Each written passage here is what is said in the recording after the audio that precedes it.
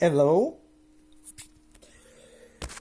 Excuse my look, but my shaving machine is charging, and you can say, well, you are a survivalist, so don't you have a razor blade? Yes, I do have a razor blade, okay? And my hair should also be good. So, I can now disguise myself, but just a little bit of humor before I start to talk about serious and strange stuff, and here we go. Okay, so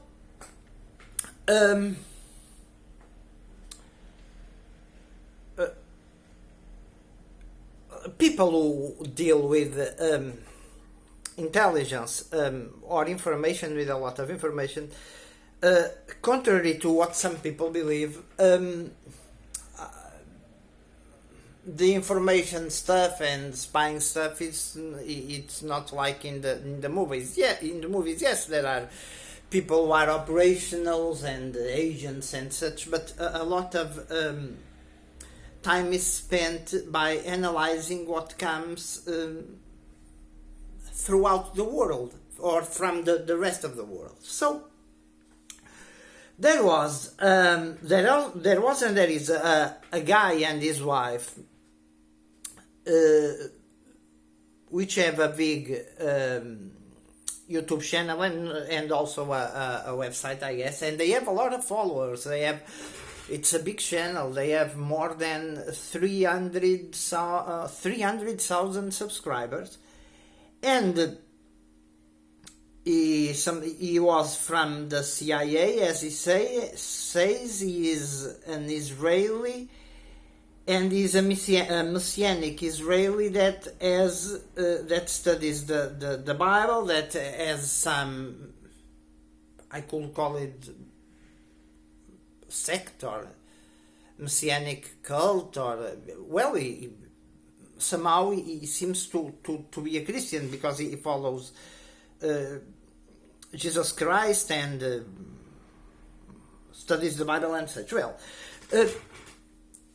sometimes he says that he still has connections with intelligence people and persons at FEMA and such, and I am not in the United States, nor I am a US citizen, but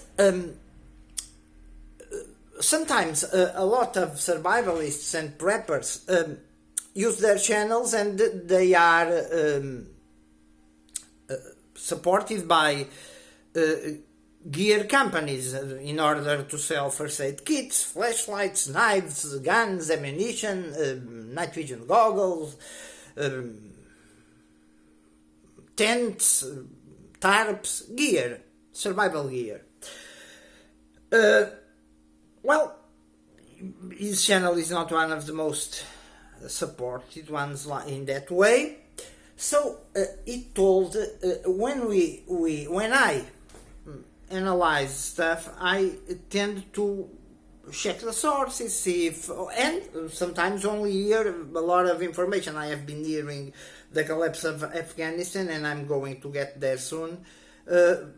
Like maybe 3 weeks, a month from now, I was hearing that the way they were losing, and that the United States were bombing the Taliban with B-52s and AC-130 Spectre Hercules aircraft.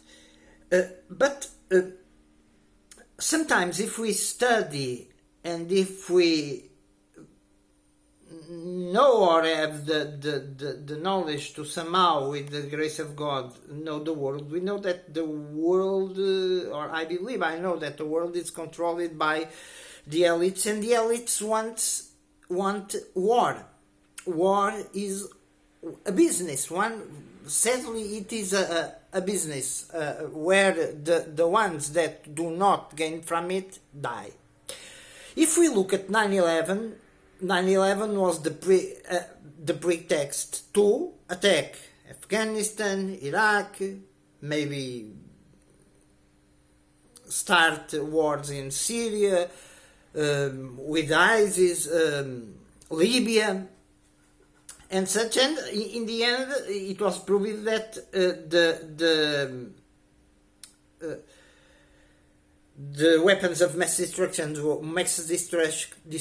were not in Iraq, and it is my belief that the Muslims were not responsible for 9/11, but I'm not going to expand into that. I also believe that even people that we think we saw falling from the towers were not people but mannequins. This is completely crazy, you might think, but let me proceed. Okay, now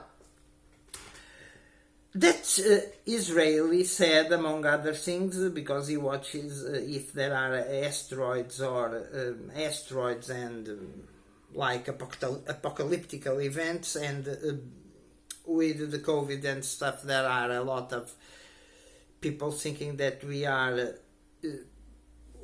going into a new world order that has been in fact planned and written in books like Rockefeller documents and such. But he said, that Israeli said that he had been in a 3-hour meeting with people from the Pentagon, maybe his former associates or such. This could be, of course, fear-mongering, but I will tell you why I noticed it. So, he told, well, there was someone spoke of a plan to bomb the Canarias Island volcano, and the Canary Islands, which are from Spain, had some years ago a lot of seismological activity, and if that volcano collapsed, it would create a mega tsunami, which is called the Canarias mega tsunami, which would devastate the eastern coast of the United States, the western coast of parts of Africa, and some parts of the southern coasts of Europe. And there are models with the height of the waves from 10 meters in the United States, tsunami waves, to the penetration of those waves into land, and such. And the tsunamis are worse when they are caused by landslides, and not only by seismological activity. Okay, this is one more prediction, apocalyptic prediction. Okay. So, but somehow he said that, oh, well, maybe China and Russia could put a nuclear device in that volcano, and that would cause a lot of destruction. In the United States with only one bomb, but okay, but if it was such, the United States would probably retaliate and a war could be started. Now, that could also be done as a false flag event. This is, well, I place, imagine that I am super crazy and satanic, and I place a bomb in the base of that volcano, which is surveilled, because it can fall into the ocean naturally or with an eruption. And there are lots of videos about that, about the height of the waves, how long they will reach the coasts of southern Europe, Africa, and such. I guess southern Europe 3 hours, or 3 hours, 4 hours to the coast of 4 hours warning to the coast of the United States, and okay, it would be it could be a natural event. It could be used to start a war. This would be another information like other that deals with the proverbial asteroid that is coming. Now the Chinese seem to be, according to him, seem to be trying to deviate one, and that could impact the western coast of the United States, California and such. Okay, lots of info. It would be all normal if it would be all normal to me if there wasn't the case that I had heard a person that was in the military and that was connected to the evaluation system of the people who participated in Doomsday Preppers. That person spoke about the something interesting and disturbing at the end of July, and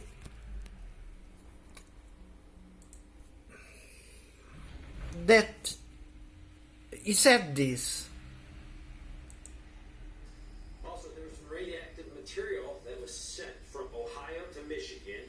It was sent about July 12th, and this stuff is missing. They have no idea where it is, and this is very bad radioactive material that could be turned into a dirty bomb. So hopefully they find it quickly and it hasn't fallen into the wrong hands. Okay, so radioactive material missing could be material that could be used to make a dirty bomb or a small nuclear bomb. Could they fake an attack on the Canadian Islands in order to blame others to start a war? Well, another thing that is interesting but that caught the attention was in another channel that deals with military stuff. All the scenes that we have seen of the chaos in Afghanistan, we saw people running on the runways, climbing to planes. That's okay. The Taliban will mostly or probably kill them. They were desperate, but there are some strange footage, and in front of the people who were running along with the planes, as they make us see, or as we can see, there was strange things that were noticed. Some people seem to be running and cheering. In actually, there were Apache's helicopters flying close to the ground to make the people run away from the taxiways and runways, but some of those people were cheering, and there were white people in there that they seem to be actors. Look at this. Look at this. This is strange. This is very strange. Because wow, this is just frankly unbelievable. So here's the Apaches, and the Apaches are going this low in front of it to try to clear people. This is the same actual kind of strategy that they used in Washington, D.C. not too long ago, swooping down for crowd control. It, of course, sends dust up in the air. Any kind of little rocks get flown like a tornado. It swings around. People can actually get hurt just from the stuff that is swirling down below. You can see this is the C-130 trying to take off. I'm wondering,